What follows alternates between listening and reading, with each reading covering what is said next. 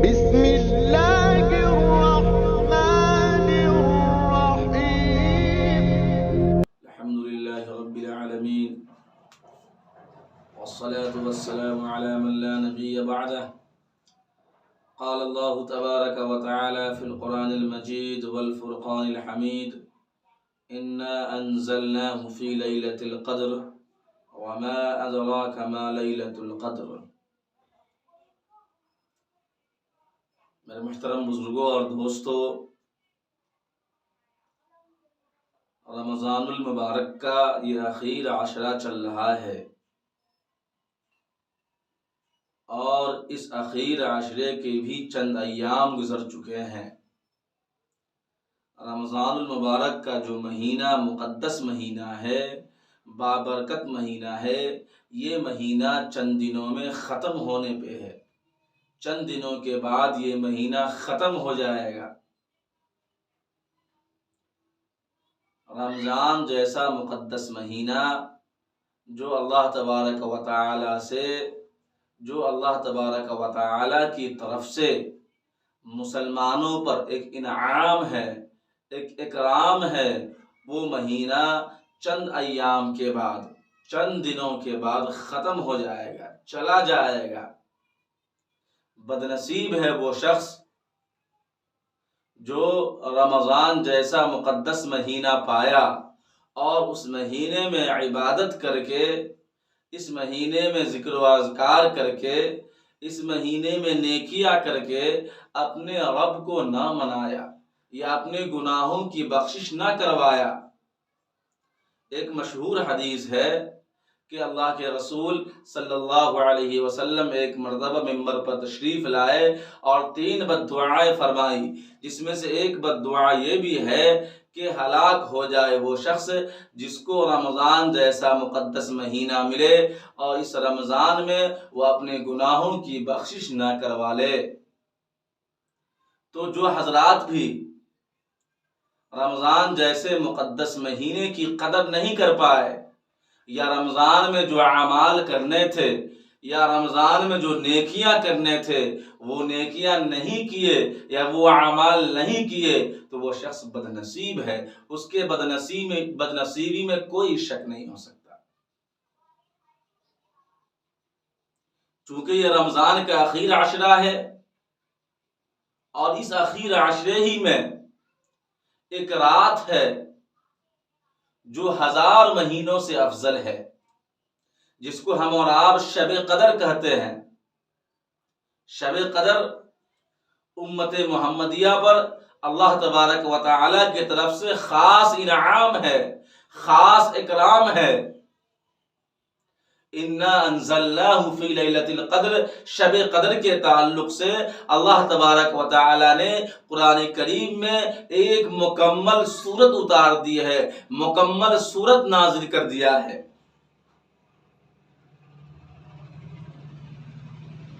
شب قدر امت محمدیہ کو کیوں ملا، اس کے بارے میں روایت میں آتا ہے کہ اللہ کے نبی صلی اللہ علیہ وسلم کے پاس سابقہ امتوں کا تذکرہ ہوا کہ ان امتوں کی جو عمریں ہوتی تھی وہ بہت عمر ہوا کرتی تھی، بہت لمبی عمر ہوا کرتی تھی، اور وہ خوب عبادت کیا کرتے تھے۔ جب اللہ کے رسول کے پاس سابقہ امتوں کی عمر کا تذکرہ ہوا کہ ان کی عمریں بہت زیادہ ہوا کرتی تھی، تو اللہ کے نبی صلی اللہ علیہ وسلم کو یہ رنج ہوا، کہ یہ افسوس ہوا کہ ہماری جو امت ہے اس کی عمریں تو بہت کم ہیں اس کے مقابلے میں، پھر یہ ہماری امت ہے وہ عبادت نہیں کر سکتی ہیں، وہ کام نہیں کر سکتی ہیں جو سابقہ امتوں نے کیا۔ تو اللہ تبارک و تعالی نے اس رنج کو اور اس غم کو اور اس افسوس کو دور کرنے کے لیے شب قدر امت محمدیہ کو عطا کیا۔ اس کی تصدیق اور اس کی تائید حضرت ابن عباس رضی اللہ تعالی عنہ کی روایت سے بھی ہوتی ہے کہ حضرت ابن عباس رضی اللہ تعالی عنہ بیان فرماتے ہیں کہ اللہ کے رسول کے پاس ایک بنی اسرائیل میں سے ایک شخص کا تذکرہ ہوا کہ اس کی عمریں بہت ہوئی اور انہوں نے بہت عبادت کی، بہت زیادہ عبادتیں کی۔ تو تو اللہ کے رسول کو یہ رد ہوا کہ ہماری جو امتیں ہیں ان کی عمر تو اتنی نہیں ہے، وہ کیسے اتنی عبادت کر سکتی ہے، وہ کیسے اتنی نیکیاں کر سکتی ہے۔ تو اللہ تبارک و تعالیٰ نے شب قدر امت محمدیہ کو عطا کیا اور ایک مکمل سورۃ القدر کے نام سے نازل فرمایا، جس میں بیان فرمایا گیا ہے انا انزلناہ فی لیلۃ القدر۔ اے نبی، اے محمد صلی اللہ علیہ وسلم، ہاں ہم نے آپ کو انا انزلناہ فی لیلۃ القدر کہ ہم نے قرآن کریم کو شب قدر میں نازل فرمایا ہے۔ وما ادراک ما لیلۃ القدر، اور شب قدر کی عظمت بیان کرنے کے لیے، شب قدر کی اہمیت بیان کرنے کے لیے اللہ تبارک و تعالی نبی کریم صلی اللہ علیہ وسلم سے پوچھتے ہیں وما ادراک ما لیلۃ القدر، آپ کو خبر بھی ہے کہ شب قدر کیا چیز ہے، شب قدر کی اہمیت کیا ہے، شب قدر کیا چیز ہے؟ اللہ خود آگے فرماتا ہے لیلۃ القدر خیر من الف شہر، کہ یہ جو شب قدر ہے یہ 1000 مہینوں سے افضل ہے، 1000 مہینوں سے افضل ہے۔ یعنی جس شخص کو بھی شب قدر مل گیا تو گویا ایسا ہے کہ اس نے 1000 مہینے سے بھی زیادہ عبادت کیا ہے۔ اور اگر 1000 مہینے کی آپ کاؤنٹنگ کریں گے، اس کی گنتی کریں گے، تو پتہ نہیں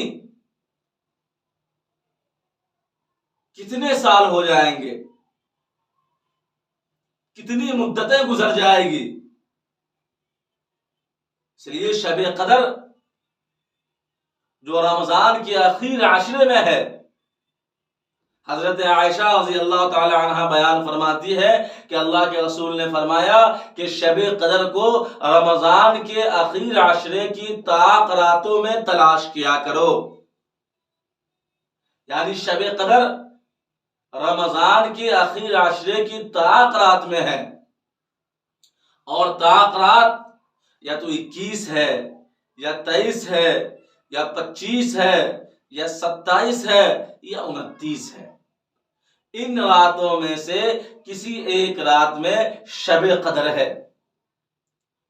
اور بعض احادیث سے یہ معلوم ہوتا ہے، اور بعض صحابہ کرام رضوان اللہ تعالی علیہم اجمعین سے جو احادیث مروی ہیں ان سے یہ پتہ چلتا ہے اور ان سے یہ معلوم ہوتا ہے، جیسے حضرت معاویہ رضی اللہ تعالی عنہ بیان فرماتے ہیں کہ شب قدر 27ویں شب میں ہوا کرتی ہے۔ یعنی زیادہ غالب گمان ہے اور زیادہ راجح بات یہ ہے کہ شب قدر عام طور پر اکثر و بیشتر زیادہ تر 27ویں شب میں ہوا کرتی ہے۔ اس لیے ہمیں اور آپ کو چاہیے کہ اس آخری عشرے کی طاق راتوں میں ہم جاگیں، ذکر و اذکار کریں، عبادات کریں، تسبیحات کریں، نوافل میں مشغول رہیں، قرآن کریم کی تلاوت کریں۔ ہو سکتا ہے ان طاق راتوں میں سے کسی بھی رات میں شب قدر ہو اور وہ شب قدر ہمیں نصیب ہو جائے تو ہماری مغفرت ہو جائے گی۔ شب قدر خوش نصیب لوگوں کو ملا کرتا ہے، اچھے لوگوں کو ملا کرتا ہے۔ جو شخص شب قدر کی تلاش میں رہتا ہے اس کو شب قدر ملا کرتا ہے۔ اللہ کے رسول صلی اللہ علیہ وسلم جو اعتکاف کیا کرتے تھے رمضان کے آخری عشرے کا، اس کی جو بڑی وجہ تھی اور اس کی جو ایک اصل وجہ تھی وہ وجہ یہ تھی کہ شب قدر نصیب ہو جائے، شب قدر مل جائے۔ جبکہ اللہ کے رسول تو بخشے آئے تھے،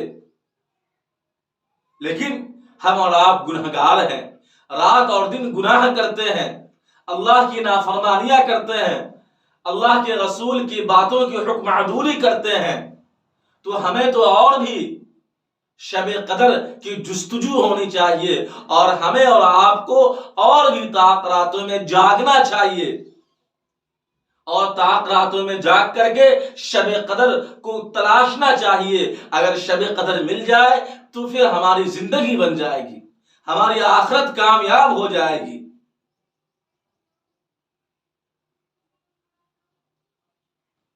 شب قدر میں حضرت جبرائیل فرشتوں کی ایک جماعت کے ساتھ آسمان دنیا پر تشریف لاتے ہیں، اور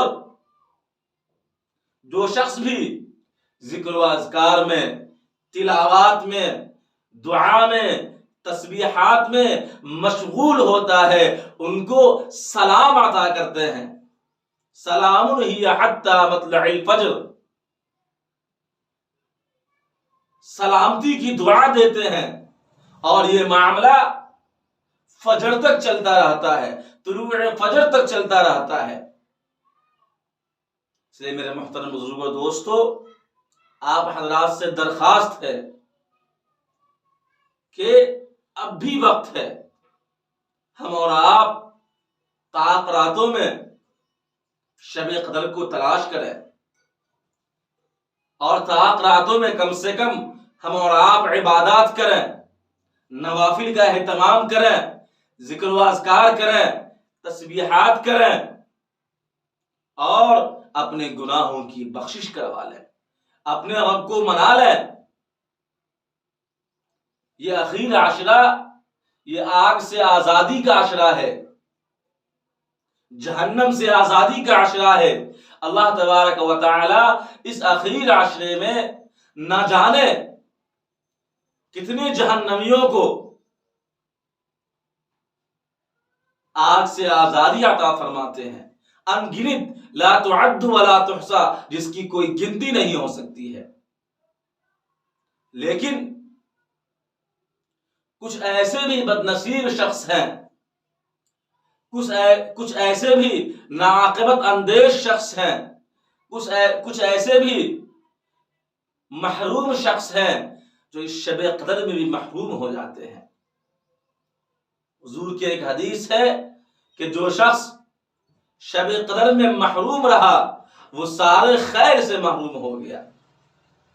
اللہ کے رسول صلی اللہ علیہ وسلم فرماتے ہیں کہ شب قدر میں تمام لوگوں کی بخشش ہو جاتی ہے سوائے 4 شخصوں کی، سوائے 4 آدمیوں کی.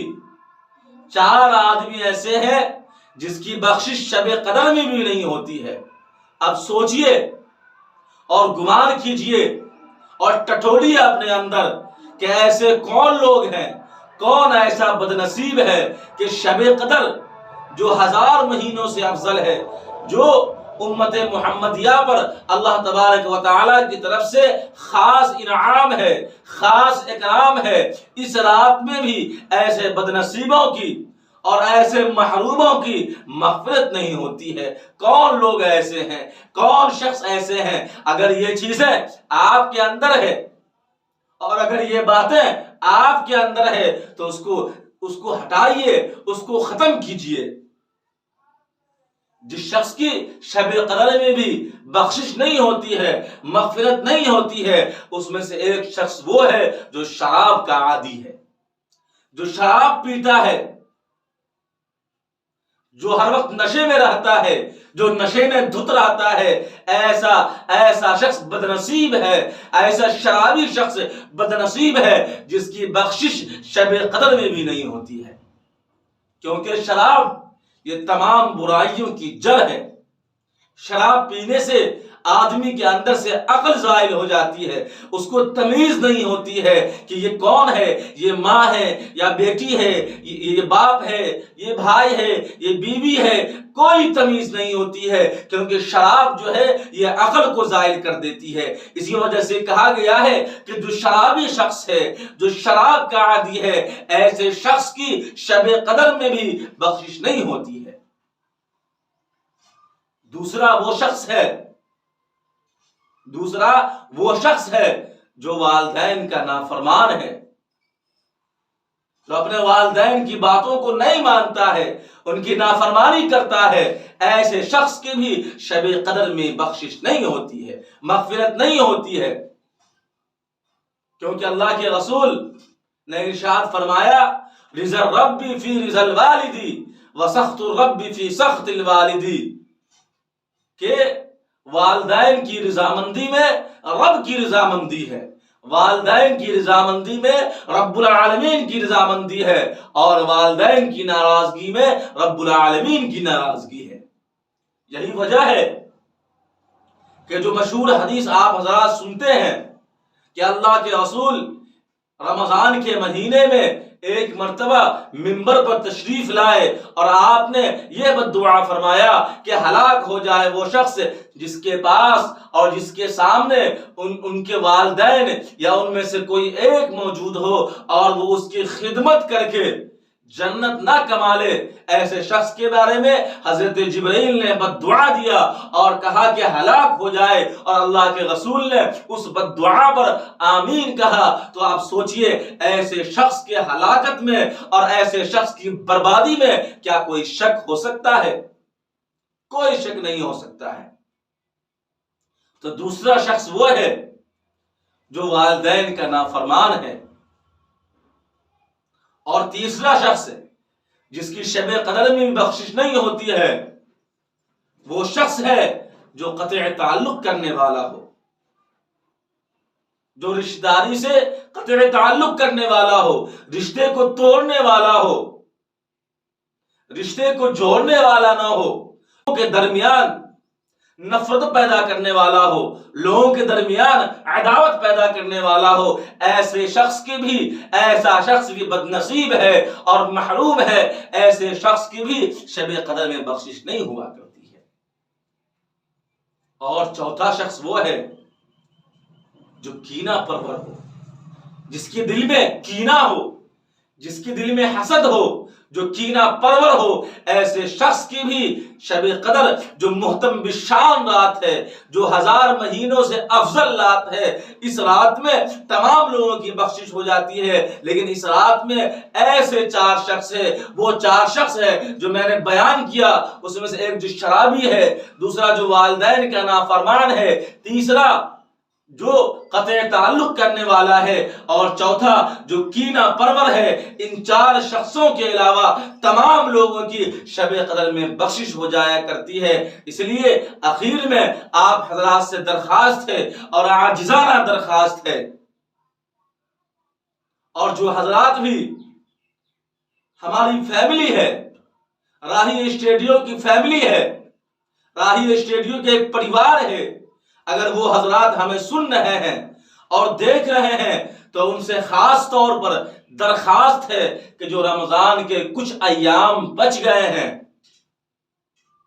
اور ان ایام میں بھی ہو سکتا ہو کہ 27ویں کی شب میں شب قدر ہو، اور زیادہ گمان ہے کہ 27ویں کی شب میں شب قدر ہوا کرتی ہے، تو ان حضرات سے درخواست ہے کہ آپ شب قدر کی تلاش کریں، اس رات میں خوب عبادت کریں، خوب ذکر و اذکار کریں، خوب نوافل کا اہتمام کریں، خوب قرآن کریم کی تلاوت کریں۔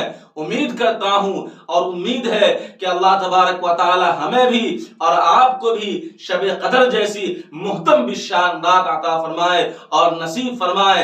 دعا فرمائیے کہ اللہ تبارک و تعالی ہمیں بھی اور آپ کو بھی شب قدر نصیب فرما دے، اور اللہ تبارک و تعالی ہمیں بھی اور آپ کو بھی کہنے سننے سے زیادہ عمل کرنے کے توفیق عطا فرمائے۔ وآخر دعوانا الحمدللہ رب العالمین۔